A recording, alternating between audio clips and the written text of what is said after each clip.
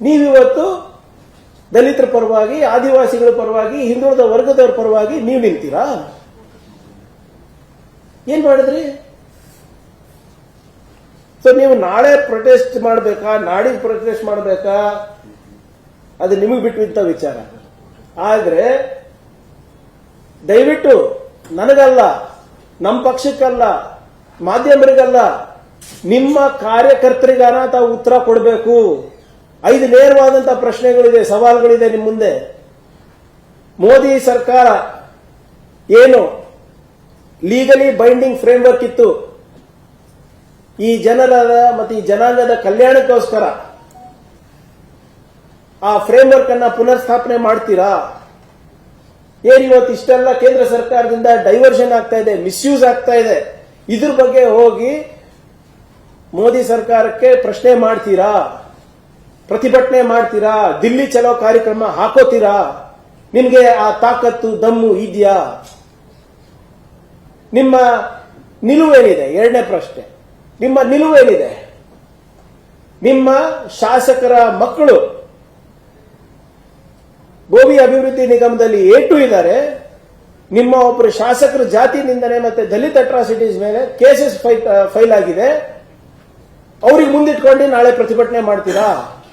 ಏನಂತ ಪ್ರತಿಭಟನೆ ಮಾಡ್ತೀರಾ? ನಿಮ್ಮ ಹಣ ನುಂಗಿದ್ದೇವೆ, ಅದಕ್ಕೆ ನಾವು ಪ್ರತಿಭಟನೆ ಮಾಡ್ತಾ ಇದೀವಿ ಅಂತ ಹೇಳ್ತೀರಾ? ಜಾತಿ ನಿಂದನೆ ಮಾಡ್ತೀವಿ ಅಂತವ್ರಿಗೆ ಮುಂದಿಟ್ಕೊಂಡು ಪ್ರತಿಭಟನೆ ಮಾಡ್ತೀರಾ ಅಂತ ಹೇಳ್ತೀರಾ? ಆಮೇಲೆ ನಿಮ್ದು ಸ್ಪಷ್ಟವಾದಂತ ನಿಲುವೇನಿದೆ? 3 ಮಂತ್ರಿಗಳು ಸ್ಟೇಟ್ಮೆಂಟ್ ಕೊಟ್ಟಿದ್ದಾರೆ. ಹೌದು, ಡೈವರ್ಷನ್ ಆಗಿದೆ, 7,000 ಕೋಟಿ ರೂಪಾಯಿ, 5,000 ಕೋಟಿ ರೂಪಾಯಿ, 3,000 ಕೋಟಿ ರೂಪಾಯಿ ಡೈವರ್ಷನ್ ಆಗಿದೆ ಅಂತ ಸ್ಟೇಟ್ಮೆಂಟ್ಗಳು ಕೊಟ್ಟಿದ್ದಾರಲ್ಲ ಸರ್. ಇದ್ರ ಬಗ್ಗೆ ನಿಮ್ಮ ಸ್ಪಷ್ಟವಾದಂತ ನಿಲುವೇನು? ಯಡಿಯೂರಪ್ಪ ಅವರ ಮುಖ್ಯಮಂತ್ರಿ ಆದಾಗ ಮತ್ತೆ ಬೊಮ್ಮಾಯಿ ಅವರ ಮುಖ್ಯಮಂತ್ರಿ ಆದಾಗ ಈ ಹಣವನ್ನ ದುರ್ಬಳಕೆ ಆಗಿದೆ ಅಂದ್ಬಿಟ್ಟು ನೀವೇ ಒಪ್ಕೊಂಡಿದ್ದೀರಾ ಮಾಧ್ಯಮದಲ್ಲಿ ಮತ್ತೆ ಸದನದಲ್ಲಿ? ಅದ್ರ ಬಗ್ಗೆ ಒಂದು ಸ್ಪಷ್ಟವಾದಂತ ನಿಲುವು ಕೊಡಬೇಕಾಗ್ತದೆ ನೀವು. ಆದ್ರಿಂದ ನೀವು ಪ್ರಮುಖವಾಗಿ ಮಾಡಬೇಕಾಗಿರುವಂತ ಕೆಲಸ ಯಾವ ರೀತಿ ಕರ್ನಾಟಕದಲ್ಲಿ ನಮ್ಮ ಮಾಡೆಲ್ ಆಫ್ ಡೆವಲಪ್ಮೆಂಟ್ ಇದೆ, ಜನಸಂಖ್ಯೆಗೆ ಅನುಗುಣವಾಗಿ ನಾವು SCP TSP ಹಣವನ್ನು ಹಂಚಿಕೆ ಮಾಡಿದೀವಿ. ಎಲ್ಲ ಬಿಜೆಪಿ ರಾಜ್ಯದಲ್ಲಿ ತರುವ ದಮ್ಮು ತಾಕತ್ ನಿಮ್ಗಿದೆಯಾ? ಕೇಂದ್ರ ಸರ್ಕಾರದಲ್ಲಿ ತರಬಹುದಾ? ನೀವು ಧ್ವನಿ ಅಲ್ಲಿ ಏರ್ ಧ್ವನಿನಲ್ಲಿ ಮಾತಾಡಿ ಈ ಜನಾಂಗಕ್ಕೆ ನ್ಯಾಯ ಕೊಡಿಸಬಹುದಾ ಕೇಂದ್ರ ಸರ್ಕಾರದಲ್ಲಿ?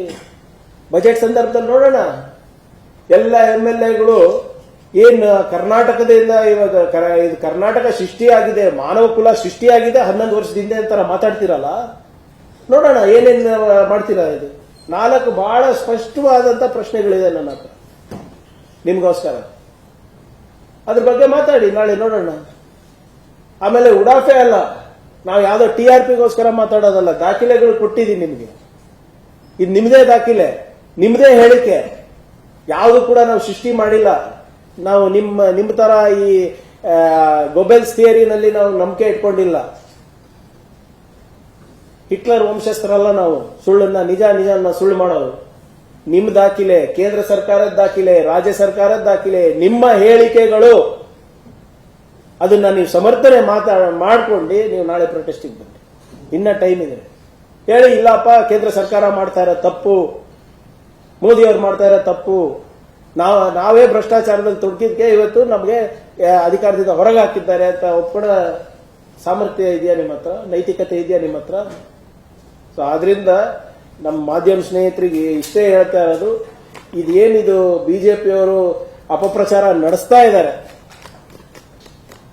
ಈ ಅಪಪ್ರಚಾರಕ್ಕೆ ನಾವು ನಮ್ಮ ಸರ್ಕಾರದಿಂದ 4-5 ಪ್ರಶ್ನೆಗಳು ಹಾಕಿದ್ದೇವೆ, ಉತ್ತರ ಕೊಡಲಿ. ಸದನದಲ್ಲೂ ಚರ್ಚೆ ಮಾಡಕ್ ರೆಡಿ ಇದೀವಿ ನಾವು. ಇವತ್ತೇನೇನು ಹೇಳಿಕೆಯನ್ನ ಅವರ ಮಂತ್ರಿಗಳು ಕೊಟ್ಟಿದ್ದಾರೆ ಅದಕ್ಕೆ ಉತ್ತರ ಕೊಡ್ಲಿ. ನಾವು ಪ್ರಾಮಾಣಿಕವಾಗಿ SCP TSP ಆಕ್ಟ್ ತಂದಿದ್ದೇವೆ. 70 ಅಂತ ಏನ್ ಲೋಪ ಆಯ್ತು ಅದನ್ನು ತೆಗೆದಿದ್ದೇವೆ. ಮತ್ತೆ ಏನೇ ಇದ್ರೂ ಕೂಡ ಪ್ರಾಮಾಣಿಕವಾಗಿ ಈ ಜನಾಂಗದ ಏಳಿಗೆಗೆ ಮುಂಚೆಯಿಂದ ಕೆಲಸ ಮಾಡ್ಕೊಂಡು ಬರ್ತಾ ಇದೀವಿ, ಮುಂದೆ ಕೂಡ ನಾವು ಮಾಡ್ತೀವಿ. ಬಿಜೆಪಿಯವರ ಹತ್ರ ಯಾವುದೇ ರೀತಿಯಾದಂತ ಪಾಠ ಕಲಿಯೋದು ಅವಶ್ಯಕತೆ ಇಲ್ಲ ನಮಗೆ ಸಮಾಜ ಕಲ್ಯಾಣದ ವಿಷಯದಲ್ಲಿ.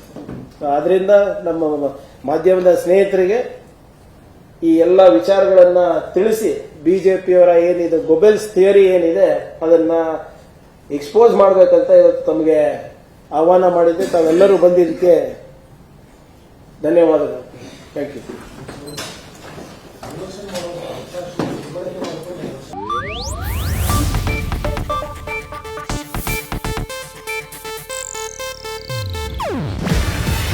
ಇದು ಏಷ್ಯಾನೆಟ್ ನ್ಯೂಸ್ ನೆಟ್ವರ್ಕ್ ಪ್ರಸ್ತುತಿ. ನೀವು ನೋಡ್ತಿದ್ದೀರಾ ಏಷ್ಯಾನೆಟ್ ಸುವರ್ಣ ನ್ಯೂಸ್.